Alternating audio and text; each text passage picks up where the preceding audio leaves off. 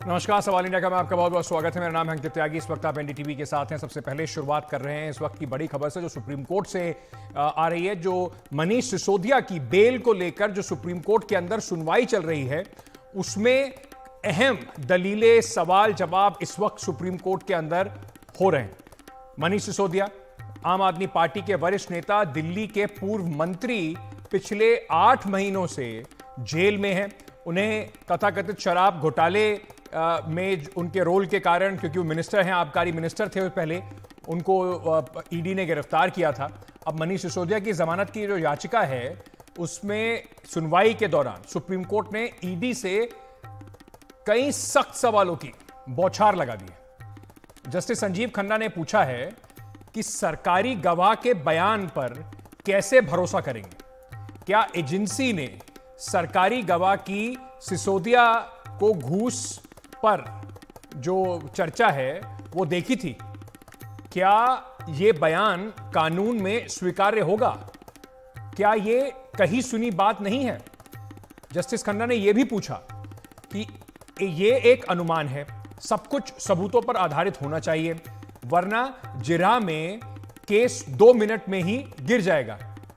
ये केस, इस केस के अंदर उन्होंने जो महत्वपूर्ण बातें पूछी, उसमें कहा कि प्रोसीड ऑफ क्राइम, यानी कि किसी, अगर ये आरोप है कि भाई पॉलिसी बनाने के लिए कुछ पैसों का लेन देन हुआ, कुछ किसी को पैसा दिया गया, कहीं वो पैसा लिया गया, वो प्रोसीड ऑफ क्राइम कहां है? मनी ट्रेल जो है वो कहां है? वो जरूरी मनी ट्रेल है, वो आपने अब कहां है? ये सवाल पूछा गया। एजेंसी सबूत दे कि शराब लॉबी से पैसे आरोपियों तक पहुंचे कैसे। आपका केस दिनेश अरोड़ा के बयानों पर टिका हुआ है, इसलिए वो सरकारी गवाह बन गया है। दूसरा आरोपी भी सरकारी गवाह बन गया है। अगर मनी ट्रेल में मनीष सिसोदिया की भूमिका नहीं है, तो मनी लॉन्ड्रिंग में मनीष सिसोदिया कैसे आरोपी हैं? वो आरोप इनके खिलाफ क्यों लगाया गया है? यह भी एक बड़ा सवाल पूछा गया है। साथ ही साथ सुप्रीम कोर्ट ने यह भी कहा कि ईडी ने 33 करोड़ रुपए का कुछ एक आंकड़ा बताया है, कहीं पर एक 100 करोड़ का आंकड़ा चल रहा है, तो इस पर भी उनसे एक क्लैरिफिकेशन मांगी है। हालांकि ईडी की तरफ से जो एएसजी है, यानी कि अटॉर्नी असिस्टेंट सोलिसिटर जनरल जो हैं, उन्होंने अपने दावे जो रखे, दलील जो रखी, उसमें कहा उन्होंने कि एएसजी राजू ने कहा कि वो पॉलिसी बनाने में शामिल थे, यानी कि मनीष सिसोदिया ने ये पॉलिसी बनाई, इसमें वो शामिल थे क्योंकि मंत्री हैं, इसलिए वो इस केस में आरोपी हैं। उन्होंने ये भी, तो इस पर सुप्रीम कोर्ट ने पलट के कहा कि पॉलिसी जो है उसके डिसीजन को क्या इस तरीके से देखा जाना चाहिए कि वो किसी को लाभ पहुंचाने के लिए लिया गया। मतलब इन हाइंडसाइट, जैसे उन्होंने कहा कि पॉलिसी का सही गलत, पैसा कमाना ना कमाना एक अलग बात है, लेकिन क्या लाभ इसमें कुछ हुआ, उसके लिए आपके पास पर्याप्त सबूत हैं। ये इस वक्त जबरदस्त गर्मागर्म बहस चल रही है। मनीष सिसोदिया की तरफ से सीनियर लॉयर जो हैं अभिषेक मनु सिंघवी ने अपनी जिरह पूरी करी थी। अब हमारे सहयोगी आशीष भार्गव इस वक्त हमारे साथ जुड़ रहे हैं। आशीष, सबसे पहले मैं आपसे पूछना चाहूंगा, अभी क्या कोर्ट के अंदर हो रहा है, और जो कई सारे तीखे सवाल पूछे गए, खास तौर से पीएमएलए को लेकर, एएसजी से, एनफोर्समेंट डायरेक्टरेट से, उस पर क्या दलीलें आ रही? जी बिल्कुल, देखिए अब सुनवाई 12 अक्टूबर को होगी। सुनवाई अब आज क्योंकि पूरी नहीं हो पाई, अभी ईडी को भी कई सवालों के जवाब देने हैं। इसके बाद मनीष सिसोदिया की तरफ से अभिषेक मनु सिंघवी जो है वो भी आर्गुमेंट करेंगे। लेकिन सुप्रीम कोर्ट ने बहुत बड़े सवाल किए हैं, और हम आपको ये बताना चाहते हैं कि बहुत कम ऐसा होता है जब देश की सबसे बड़ी अदालत, जो बार बार ये कहती है कि जमानत मामलों में ज्यादा लंबी सुनवाई नहीं होनी चाहिए, उसने लगभग दिन भर सुनवाई की है। पहले भी, कल भी सुनवाई हुई थी, और अब 12 अक्टूबर को अगली सुनवाई होगी। यानी मनीष सिसोदिया को फिलहाल कोई राहत तो अभी नहीं है 1 हफ्ते तक, लेकिन सुप्रीम कोर्ट ने बहुत बड़े सवाल पूछे हैं। सुप्रीम कोर्ट ने कहा है कि मनी ट्रेल जो है इस पूरे मामले में पीएमएलए की का आधार बनता है, लेकिन आपके पास कोई मनी ट्रेल की चेन आप साबित नहीं कर पाए हैं। आपके पास सबूतों के नाम पर सिर्फ जो है वो एक सरकारी गवाह का बयान है, जिसके आधार पर आप ये कह रहे हैं, लेकिन अदालत में आपको बयान नहीं बल्कि सबूत देने पड़ेंगे। उन्होंने ये भी कहा कि अगर मनीष सिसोदिया को कोई भी केस प्रॉपर्टी, कोई भी पैसा नहीं मिला, तो फिर वो पीएमएलए के अपराध में, मनी लॉन्ड्रिंग के अपराध में उनको आप कैसे आरोपी बना सकते हैं? बड़ा सवाल यहाँ सुप्रीम कोर्ट ने पूछा है। सुप्रीम कोर्ट ने पूछा है कि आप बताइए कि मनी ट्रेल कहां से कहां हुई, शराब लॉबी जो थी उसने पैसा कहां पर दिया, वो पैसा किसके पास पहुंचा, उसका रूट क्या था, उस पैसे का किसने इस्तेमाल किया, ये तमाम चीजें बतानी होंगी। और सुप्रीम कोर्ट ने ये भी कहा है कि अभी तक जो चीजें आपने बताई है उससे एक बात साफ होती है कि पैसों के लेन देन में मनीष सिसोदिया का कोई हाथ नहीं था। पैसों के लेन देन में दूसरे लोग शामिल हो सकते हैं। मनीष सिसोदिया के पास कोई भी पैसा केस प्रोसीड जो थी, यानी क्राइम प्रोसीड जो थी, वो नहीं आई थी। तो निश्चित तौर पर सुनवाई आगे जारी रहेगी। बड़े सवालों के जवाब अभी और भी देने पड़ेंगे ईडी को। जी, तो ईडी के ऊपर काफी सख्ती से सवाल पूछे गए हैं और 12 तारीख को अब इन्फोर्समेंट डायरेक्टरेट को अब ये सवाल को जवाब देने होंगे। सुप्रीम कोर्ट की जो जस्टिस हैं, जस्टिस खन्ना, उन्होंने ये भी कहा कि हम बेल के मामलों में इतनी लंबी गहरी सुनवाई करते नहीं है, लेकिन बहुत सारे मुद्दे क्योंकि उठाए गए हैं तो इस वजह से अब 12 तारीख को एक बार फिर से इस पर सुनवाई होगी। तो इस पर जो भी फैसला होगा कि क्या मनीष सिसोदिया को बेल मिलेगी या नहीं मिलेगी, अब उसका इंतजार 12 तारीख तक करना पड़ेगा। बहुत आशीष हमारे साथ बने रहिए, क्योंकि एक दूसरी भी खबर है इसी केस से कहीं ना कहीं जुड़ी हुई है, लेकिन एक दूसरे इसमें किरदार हैं और एक दूसरे कोर्ट में ये पूरा जो इस वक्त का इस कम से कम कहानी का दूसरा एक चैप्टर लिखा जा रहा है। ये कहानी है संजय सिंह की, जो आम आदमी पार्टी के एमपी हैं। कल उन्हें इन्फोर्समेंट डायरेक्टरेट ने इसी कथित शराब घोटाले के मामले में गिरफ्तार कर लिया था। आज उनकी कोर्ट में पेशी हुई है। उन्होंने कोर्ट में जब ये जा रहे थे तो कहा कि ये अन्याय है मोदी जी का, मोदी जी चुनाव हार रहे हैं इसलिए ये सब कर रहे हैं। अब ईडी ने अपनी वहां पर इनकी, क्योंकि उन्हें कस्टडी चाहिए, तो अपनी जिरा शुरू की है। ईडी के वकील ने कहा है कि 2 अलग अलग ट्रांजैक्शन हुए हैं, कुल 2 करोड़ रुपए का लेन देन है। सर्वेश मिश्रा जो कि संजय सिंह के लिए काम करते हैं, दिनेश अरोड़ा के बयान के मुताबिक उसने लेन देन की बात फोन पर कंफर्म की थी, ऐसा इन्फोर्समेंट डायरेक्टरेट ने अभी इस पर कहा है।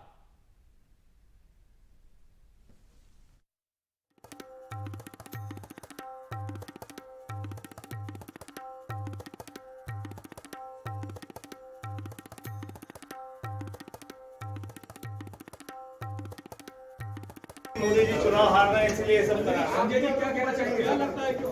संजय जी क्या कहना हार चाहेंगे? रहे हैं इसलिए सब करा रहे हैं। सिंह जो कह रहे थे, जब हमने आपको बताया कि भाई मोदी जी चुनाव हार रहे हैं इस वजह से ये सब करा रहे हैं, वो कहकर निकलते हुए कोर्ट के अंदर जाते हुए उन्हें कल गिरफ्तार किया गया। उसके बाद दिल्ली के मुख्यमंत्री अरविंद केजरीवाल भी वहां पहुंचे उनके घर पर, उनके परिवारजनों से मिलने के लिए। और आज आम आदमी पार्टी ने दिल्ली समेत कई जगहों पर संजय सिंह की गिरफ्तारी के खिलाफ धरना प्रदर्शन भी किया है। तो चलते हैं, हमारे सहयोगी मुकेश सिंह सेंगर, आशीष भार्गव दोनों इस वक्त हमारे साथ जुड़ रहे हैं। उनसे समझने की कोशिश करते हैं कि क्या हो रहा है। सबसे पहले मुकेश, क्योंकि आप कोर्ट में मौजूद हैं, तो क्या अभी तक ईडी की तरफ से बात कही गई है? सुप्रीम कोर्ट में ईडी पर काफी गंभीर सवालों की बौछार हुई है, तो ईडी यहां पर भी कदम फूंक फूंक कर रखेगी? देखिए, बिल्कुल ईडी ने कुछ देर पहले संजय सिंह को कोर्ट में पेश किया। इसके बाद जो संजय सिंह के वकील हैं उन्होंने कहा कि ईडी बताए कि उन्होंने किस आधार पर संजय सिंह को अरेस्ट किया है। तो ईडी ने कहा कि 2 करोड़ रुपए का ट्रांजैक्शन हुआ है और अलग अलग मौक़ों पर ये 2 करोड़ रुपए लिए गए और ये 2 करोड़ रुपए दिनेश अरोड़ा ने जो संजय सिंह के पीए हैं सर्वेश मिश्रा, उनके जरिए उनके घर पे दिए। इसके बाद अभी बहस जारी है। हालांकि कोर्ट ने ये पूछा कि क्या आपने जो संजय सिंह के क्लोज करीबी हैं, जो पीए हैं उनके, क्या आपने उनका बयान दर्ज किया है? और अगर ये सारी चीज़ें पहले हो चुकी हैं तो आपने इतना लेट अरेस्ट क्यों किया? तो अभी जो कंटिन्यू जो चल रहा है, अभी जो सुनवाई है वो लगातार जारी है और संजय सिंह कोर्ट रूम के अंदर मौजूद हैं। जो ईडी है वो अभी कुछ देर बाद संजय सिंह की रिमांड मांगने वाली है। रिमांड के आधार क्या होंगे ये देखने वाली बात होगी। उसमें ईडी बताएगी कि अब तक जांच में क्या हुआ है और क्या कुछ आगे होने वाला है। तो कुछ ही देर में संजय सिंह की रिमांड ईडी मांगेगी।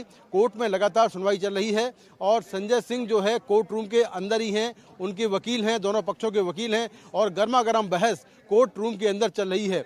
ईडी ने ये आरोप लगाया था कि जो एक शराब कारोबारी और जो रेस्टोरेंट के मालिक हैं दिनेश अरोड़ा, जो पहले आरोपी थे, अब वो सरकारी गवाह बन गए हैं। उनके बयानों में ये बात सामने आई कि संजय सिंह के जरिए ही दिनेश अरोड़ा दिल्ली के पूर्व डिप्टी सीएम मनीष सिसोदिया से मिला और ये मुलाकात 4 से 5 बार हुई। इसके बाद जो तमाम शराब कारोबारी हैं, दिनेश अरोड़ा के कहने पर उन्होंने 82 लाख रुपए इकट्ठा किया और संजय सिंह के कहने पर आम आदमी पार्टी को ये पैसा दिया गया जो कि पार्टी फंड में इस्तेमाल किया गया।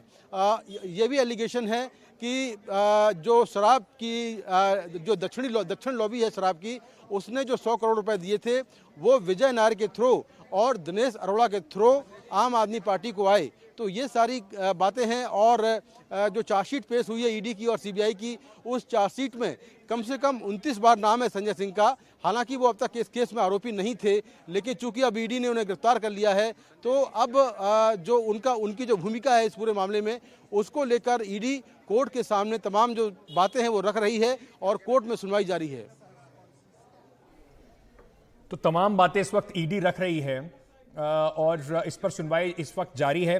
मुकेश, एक बात आपसे और समझना चाहेंगे, ईडी ने जो ये बार बार पहले बात हो रही थी, संजय सिंह ने कहा था कि आप आके मेरी जांच कीजिए, क्या कुछ जो कल उनके घर में रेड हुई थी उसके बाद कुछ बरामदगी भी दिखाई है? क्योंकि कहा जा रहा है बार बार राजनीतिक हलकों में बीजेपी की तरफ से बार बार बयान आ रहे हैं कि जो रिकवरी हुई है संजय सिंह के यहां से वो काफी आम आदमी पार्टी और अरविंद केजरीवाल को परेशानी में डाल सकती है। तो क्या कुछ जानकारी मिली है कि क्या क्या ऐसी रिकवरी हुई है? देखिए, क्या कुछ ईडी को मिला है ये तो ईडी ने अभी तक शेयर नहीं किया है मीडिया से, लेकिन ऐसा माना जा रहा है कि उनके मोबाइल और लैपटॉप को जब्त किया गया होगा और कुछ डॉक्यूमेंट्स वहां से शायद सीज हुए हैं, लेकिन ईडी ने अपनी तरफ से अभी कुछ नहीं कहा है। सबसे बड़ी बात यह है कि इस केस में जो मनी ट्रेल है उसको इस्टेब्लिश कैसे किया जाएगा। तो वह पूरी मनी ट्रेल को लेकर ईडी कुछ बातें कोर्ट में रख सकती है और जैसा उसने कहा भी है कि 2 करोड़ रुपए का लेन देन हुआ है। आगे फर्दर अभी क्या कुछ बातें कोर्ट में रखी गई देखना होगा, क्योंकि रिमांड के दौरान जो रिमांड के आधार हैं वो जांच एजेंसी को कोर्ट के सामने बताने होंगे, उसके बाद ही रिमांड जो है मिल पाएगी। तो अभी कुछ देर में ईडी वो तमाम जो आधार हैं जिनके बेसिस पर संजय सिंह को अरेस्ट किया गया और जिनके बेसिस पर रिमांड मांगनी है वो सारी बातें कोर्ट में रखेंगी और उसके बाद जो है जो संजय सिंह को कोर्ट रिमांड पर भेज सकती है। तो अभी लगातार सुनवाई चल रही है, अभी देखना होगा कि ईडी कोर्ट में आगे क्या कुछ और कहती है। ठीक है मुकेश, बहुत बहुत शुक्रिया हमारे साथ जुड़ने के लिए और ये सब जानकारी हमें देने के लिए। तो मुकेश बता रहे थे कि आप अभी इस वक्त कोर्ट के अंदर जिरह चल रही है और मनीष सिसोदिया की सुप्रीम कोर्ट में अभी 12 तारीख को उनका मुकदमा आएगा। वहीं संजय सिंह को आज कोर्ट में पेश करके उनकी जो कस्टडी है वो इन्फोर्समेंट डायरेक्टरेट ने मांगी है। इस पर कुछ सवाल पूछे जा रहे हैं और मेरे सहयोगी जो लगातार कोर्ट्स कवर करते हैं, हमारे सहयोगी लीगल एडिटर आशीष भार्गव इस वक्त हमारे साथ जुड़ रहे हैं।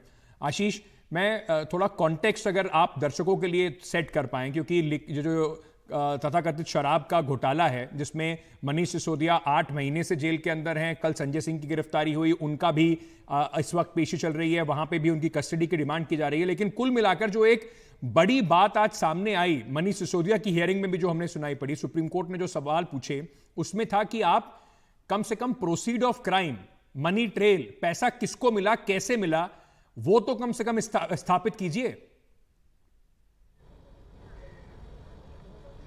जी बिल्कुल अंकित, देखिए आम लोगों को, अपने दर्शकों को समझाने के लिए सबसे आसान कानूनी भाषा में ये है कि एक मुकदमे में ये 2 मुकदमे होते हैं। ईडी ने एक मुकदमा दर्ज किया कि शराब पॉलिसी में घोटाला हुआ है, उसी के बेस पे माफ कीजिएगा सीबीआई ने उसी के बेस पे सीबीआई ने जो केस दाखिल किया, उसी के बेस पे ईडी ने एक मनी लॉन्ड्रिंग का केस दाखिल किया कि पैसे की मनी लॉन्ड्रिंग हुई है।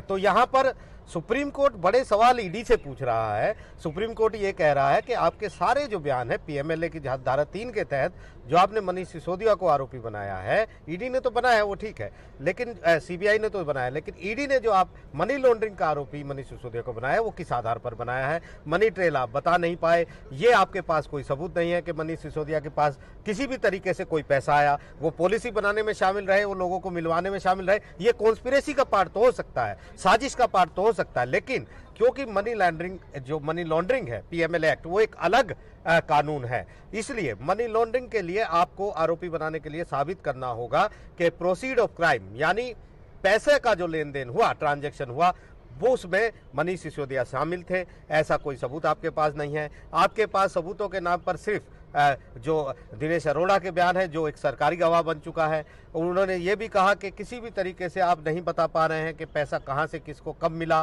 कितना पैसा किस रूट से गया, किस आदमी ने किस पैसे को कहां लगाया। ये तमाम जो चीजें हैं ये आपको साबित करनी होगी। आप पूरी तरह मनी चेन जो है मनी ट्रेल की वो साबित नहीं कर पाए हैं।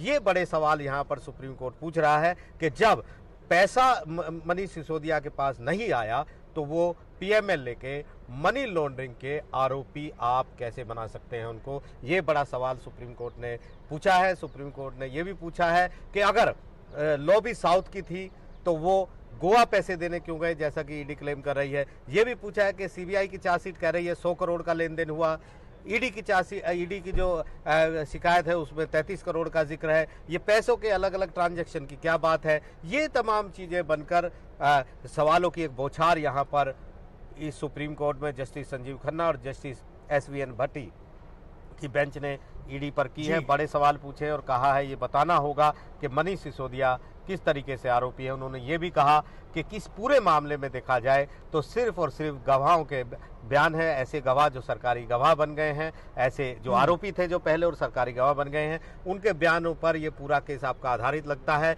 लेकिन जितने दावे आप कर रहे हैं गवाहों के बयानों के आधार पर, जब आप ट्रायल कोर्ट में क्रॉस एग्जामिनेशन में यानी जिरह पर जाएंगे तो आपका केस 2 मिनट नहीं टिकेगा। ये बड़ी टिप्पणी सुप्रीम कोर्ट ने की है। देश की सबसे बड़ी अदालत जो पिछले कई दिनों से हमने देखा है ईडी के ऊपर एक लगातार उसके फैसले आ रहे हैं, उसी कड़ी में ये सवालों की बौछार है। सुप्रीम कोर्ट ने यह भी साफ किया है कि जो कल उन्होंने सवाल पूछा था उसका मकसद ये नहीं था कि ईडी आम आदमी पार्टी को आरोपी बनाए। उसका मकसद ये था, वो जानना चाहते थे कि जब मनीष सिसोदिया को पैसे नहीं मिले, बेनिफिशियरी वो नहीं है, ईडी ये दावा करती है कि पार्टी को लाभ हुआ है, पार्टी को फायदा हुआ है, तो फिर मनीष सिसोदिया आरोपी क्यों है, क्यों पार्टी क्यों आरोपी नहीं है? ये सवाल पूछा था। सुप्रीम कोर्ट ने साफ किया है कि इसका मकसद किसी को आरोपी बनाना नहीं था। तो यहाँ पर एक लंबी चौड़ी कानूनी बहस, जिसका इस देश में जो ईडी की जो कार्रवाई है उसके आने वाले भविष्य में उसकी कार्रवाई की दिशा क्या रहेगी, दशा क्या रहेगी, कानून क्या कहेगा, देश की बड़ी सबसे अदालत किस तरह दखल देगी, किस तरह उसके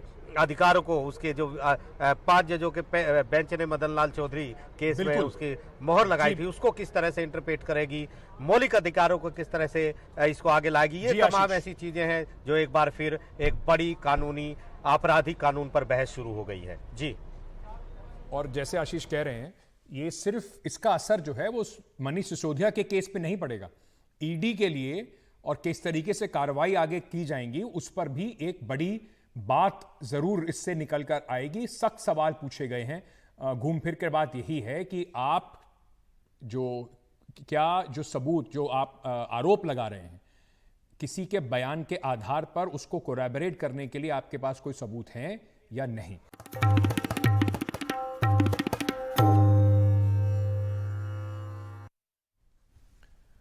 उत्तरी सिक्किम में बादल फटने के बाद आई बाढ़ में भारी तबाही हुई है। बुधवार तड़के आई इस बाढ़ में अब तक 14 लोगों की मौत हो चुकी है। कुल मिलाके 102 लोग लापता हैं, जिसमें सेना के 22 जवान भी शामिल हैं। 26 घायलों का अस्पताल में इलाज चल रहा है। बाढ़ में करीब 22,000 लोगों को प्रभावित किया है और 2,000 से ज्यादा लोगों को सुरक्षित स्थानों पर पहुंचाया गया। आफत जो लापता लोग हैं, इस आफत के समय में उनकी तलाश के लिए सेना एनडीआरएफ की टीमें लगी हुई हैं। वायुसेना को भी तैयार रखा गया है। जल्दी एनडीआरएफ की टीम और की एडिशनल टीमें यानी कि और टीमों को वहां पर पहुंचाने की कोशिश की जा रही है। राज्य में अलग अलग हिस्सों में 3,000 से ज़्यादा जो सैलानी हैं वो भी फंसे हुए हैं। राज्य में बाढ़ से 14 पुल को काफ़ी नुकसान हुआ है, इससे आवाजाही में परेशानी हो रही है।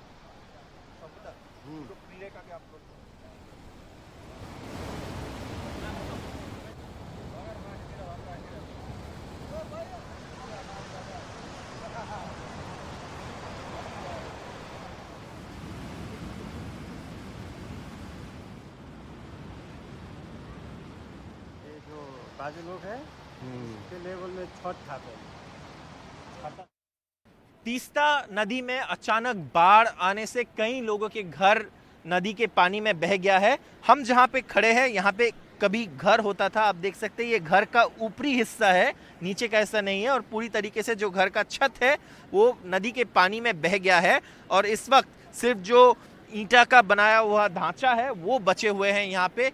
इस तरफ आप देख सकते हैं इस वक्त कुछ वक्त पहले यहाँ पे जो पेड़ गिरे हुए हैं वो गिरा ऊपर से, क्योंकि नदी का जो फ्लो है वो साइड में जो ज़मीन है उसको कटते हुए नदी पानी लेके जा रहा है। और इसी में आप देखिए लोगों के घर यहाँ पे किस तरीके से कितना बचा है। देखिए घर के सिर्फ ऊपरी वाला हिस्सा आपको इस वक्त दिखाई देंगे और नीचे वाला हिस्सा पूरा स्लज में भर गया है, क्योंकि पानी यहाँ तक ऊपर आके इसके ऊपर से जो घर था पूरा सारे घर को लेके गया है।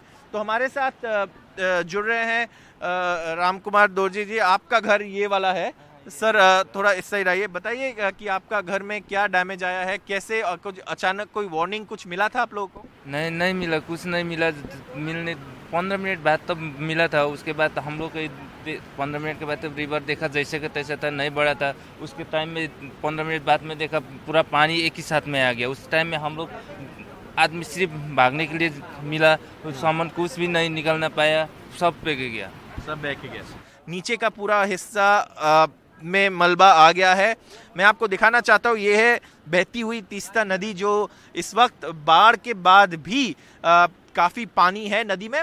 वैसे इस मौसम में, इस सीज़न में पानी रहता है, लेकिन जो फ्लैश फ्लड जब आता है तो जो बैंक्स है नदी का, आप देखिए पूरी तरीके से बैंक्स को खा जाता है। आपके सामने जो आप दिख रहे हैं उस तरफ वो एक्चुअली रास्ता है वहाँ पे, लेकिन वो रास्ता भी पूरी तरीके से नीचे चला गया। इस तरफ आपको जो नेशनल हाईवे है वो भी है, पूरी तरीके से पानी के नीचे चला गया है। और नदी में फ्लो अभी भी काफ़ी ज़्यादा है, आप देख सकते हैं पूरी तरीके से। उस तरफ देखिए, अगर आप नदी के बैंक्स के तीस्ता के उस तरफ देखेंगे तो पूरा फ्लो काफ़ी हैवी है। और यही फ्लैश फ्लड का जो आफ्टर इफेक्ट है वो इससे आपको दिखाई दे रहे हैं इन तस्वीरों में। हम इस वक्त तीस्ता बाजार में हैं, जहाँ पे कई सारे घर बह चुके हैं। जहाँ पे हम खड़े हैं वहाँ पे कभी घर हुए करते थे, लेकिन अब यहाँ पे कोई घर नहीं है। नदी में बाढ़ आने के कारण, अचानक बाढ़ आने के कारण ये सारे घर यहाँ से बह गए हैं। कैमरा पर्सन जीडी शंकर के साथ तीस्ता बाजार से Saurabh Gupta, NDTV India. National highway 10 पूरी तरीके से बंद हो चुके हैं। ये एक अहम कनेक्टिविटी रूट है, सिक्किम को देश से जुड़ता है ये नेशनल हाईवे। और आप देखिए यहाँ पे मलबा कितना है, गाड़ी का जो चक्का है वो पूरी तरीके से मलबे के नीचे चला गया है। और ये स्थिति हुए है जो अचानक तीस्ता नदी में बाढ़ आई उसके बाद। इस तरफ आप नदी का फ्लो देख सकते हैं, नदी स्पेट में है, काफ़ी ज़्यादा पानी है नदी में। और यहाँ पे आपको हम दिखाना चाहेंगे कि किस तरीके से पूरा नदी स्पेट में है और आगे का जो ब्रिज है वहाँ तक गाड़ियाँ पहुँच नहीं पा रहे हैं। इसकी वजह से यहाँ पे जो कनेक्टिविटी है वो पूरी तरीके से कट चुका है, ब्रिज बंद है सामने वाला। और यही स्थिति है नेशनल हाईवे 10 का, जो एक अहम कनेक्टिविटी रूट है, बहुत ही महत्वपूर्ण नेशनल हाईवे है, लेकिन यहाँ पे रास्ता का स्थिति नहीं है कि इस रास्ते पर गाड़ी चल सके बाढ़ के कारण। कैमरा पर्सन जीडी शंकर के साथ सौरभ गुप्ता, एनडीटीवी इंडिया। पानी का इतना ये लेवल आप पहले कभी देखा है 71 के बाद इस लेवल तक पानी? पैदा होने से पहले आया था बोलता था, लेकिन पैदा होने के बाद कभी नहीं देखा, हम अपने आंखें से कभी नहीं देखा है। इतना पानी कहाँ तक पहुँचे थे कल? कल ये रोड क्रॉस करके वो घर के ऊपर छत दिखाई दे रहा था, कल छत ही दिखाई दे रहा था। सब उधर वो जो पानी का दाग है वहाँ तक पानी था। अच्छा, और ये आप बोल रहे थे ब्रिज के ऊपर के आसपास तक वो ब्रिज के पिलर तो पूरा वो जो ब्रेक स्क्वायर है ना, हाँ। उसके थोड़ा नीचे वो दाग है, हाँ। वहां तक पहुंच गया था। अच्छा, तो ये जो इस वक्त पूरी तबाही मच रही है, जो पूरा नुकसान झेलना पड़ रहा है सिक्किम को, ये एक बार फिर से उस सवाल पर लेके आता है कि किस तरीके का और कितना डेवलपमेंट, कितना काम, कितना कंस्ट्रक्शन जो है, कितना निर्माण हो सकता है जो इकोलॉजिकली सेंसिटिव एरियाज हैं, हिमालयों पर कितना, उसके आसपास के इलाकों में कितना आप काम कर सकते हैं। क्योंकि सिक्किम को लेकर कुछ बड़ी गहरी चेतावनियां पहले भी दी गई थी। इसरो के 3 वैज्ञानिकों ने चेतावनी दी थी जिसमें कहा था कि सिक्किम में झील फटने की आशंका जो है वो जताई गई थी। ये 2013 की एक रिपोर्ट है। इस स्टडी में कहा गया है कि यहां पर मोरन से बनी झीलों को लेकर एक बड़ी चिंता जताई गई थी। भूटान, तिब्बत, भारत, नेपाल और पाकिस्तान में इससे खतरा हो सकता है, यह भी कहा गया था। 1962 से 2008 के बीच में 1.9 किलोमीटर छोटा हुआ था यह ग्लेशियर। दक्षिण लोनक ग्लेशियर जो है उसके मुहाने पर यह झील बन गई थी।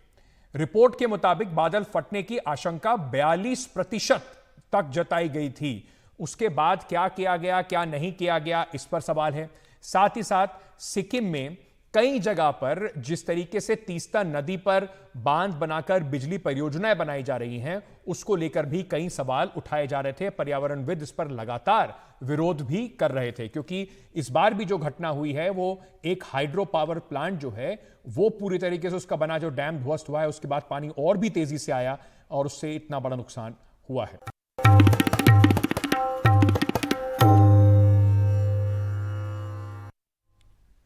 चलिए, इस वक्त जो संजय सिंह की कस्टडी के लिए जो इन्फोर्समेंट डायरेक्टरेट की जिरह चल रही है, संजय सिंह को कल अरेस्ट किया गया था, आज उन्हें कोर्ट में पेश किया गया। उसमें ईडी ने क्या क्या कहा है जरा वो आपको बता देते हैं। ईडी ने कहा है कि संजय सिंह को 3 करोड़ रुपए दिए गए थे। पैसे सर्वेश ने संजय सिंह के घर पर दिए।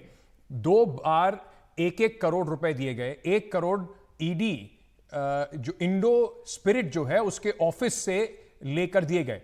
सर्वेश का मोबाइल लोकेशन मैच हुआ है। संजय सिंह के घर से डिजिटल सबूत मिले हैं। उन्होंने यह भी कहा कि दिनेश अरोड़ा का कर्मचारी है सर्वेश।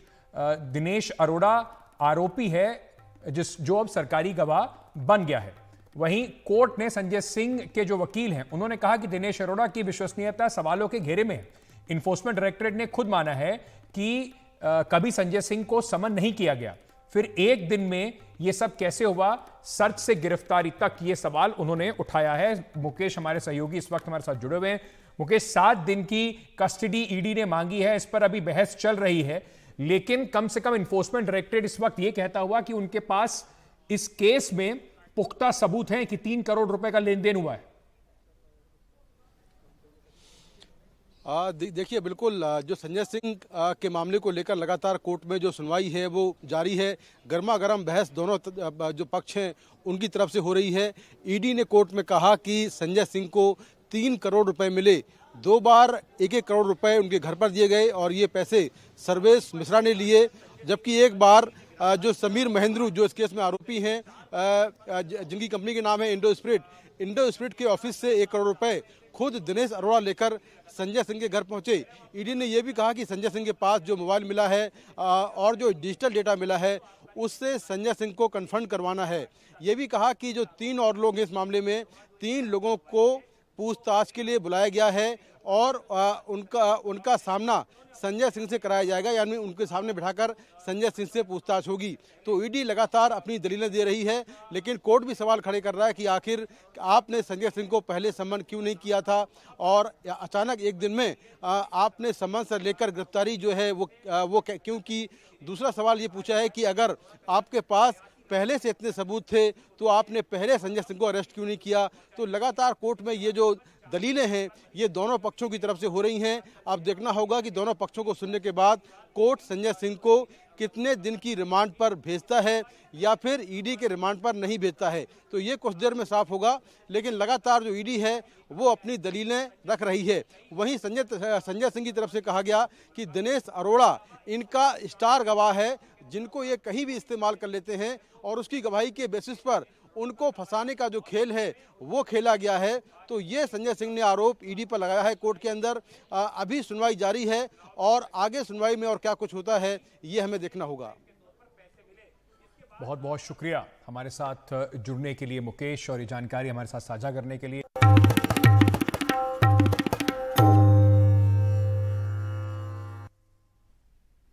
आज से क्रिकेट का Mahakumbh world cup, one day international world cup Bharat में शुरू हो रहा है। पहला मुकाबला डिफेंडिंग चैंपियन इंग्लैंड और न्यूजीलैंड के बीच में जारी है। टॉस जीतकर न्यूजीलैंड ने गेंदबाजी चुनी और अहमदाबाद के नरेंद्र मोदी स्टेडियम में जो डिफेंडिंग चैंपियन है इंग्लैंड, उसकी टक्कर 2019 के फाइनलिस्ट न्यूजीलैंड से इस वक्त हो रही है। इंग्लैंड की टीम ने 6 विकेट के नुकसान पर 200 रन से ज़्यादा बना लिए हैं और अभी भी करीब 11 ओवर का खेल जो है वो बचा हुआ है। मैच के बारे में ज़्यादा जानकारी दे रहे हैं हमारे सहयोगी विमल मोहन। सीधे चलते हैं उनके पास। विमल, बड़ा एक्साइटिंग है, वर्ल्ड कप शुरू हो चुका है और वर्ल्ड कप का पहला मैच, क्योंकि सबको याद है जो पिछली बार का फाइनल था वो भी बिल्कुल समझ लीजिए आखिरी गेंद का फाइनल था। ज़बरदस्त मुकाबला रहा था वो।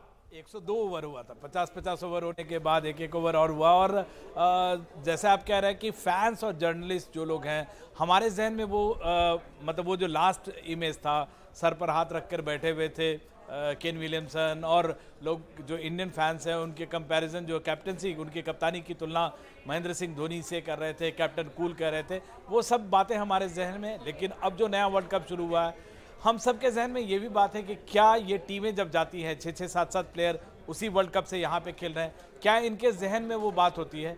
प्रोफेशनली देखें तो लोग ज़रूर इसकी बात करते हैं कि नहीं, प्लेयर्स के जहन में ये बात नहीं होती है। लेकिन कहीं ना कहीं हाइंडसाइट में मुझे ऐसा लगता है, क्योंकि हम लोग भी जिस लेवल पे खेलते हैं कभी भी, तो कुछ ना कुछ बात कहीं ना कहीं, क्योंकि 50 ओवर भी एक अगर T20 को हटा दे तो एक लंबा स्पैन, T20 के रेफरेंस से देखें तो एक लंबा स्पैन है। उस हिसाब से देखें जैसे 220 रन बन गया है। अभी इस मैच की अगर बात करें, जो रूट अभी टिके हुए हैं, और मैं इंडियन पॉइंट ऑफ व्यू से इस मैच को देखने की कर रहा था, तो कम से कम 3 जो विकेट हैं 6 में से वो स्पिनर्स को मिले हैं, 3 पेसर्स को मिले हैं।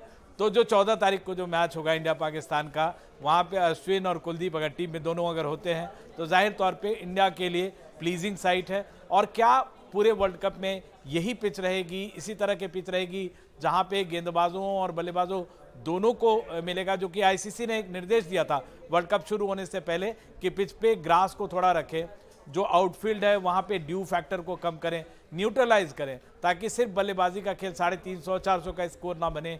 और इस तरह का जो रैशनल क्रिकेट, जो बल्लेबाज और गेंदबाज हैं दोनों के बीच में एक रैशनलिटी देखने को मिले, एक बैलेंस देखने को मिले, उस तरह के क्रिकेट देखने को मिल रही है। उम्मीद करते हैं कि ये जो सिलसिला है पूरे अगले 1.5 महीने 19 नवंबर तक कायम रहेगा।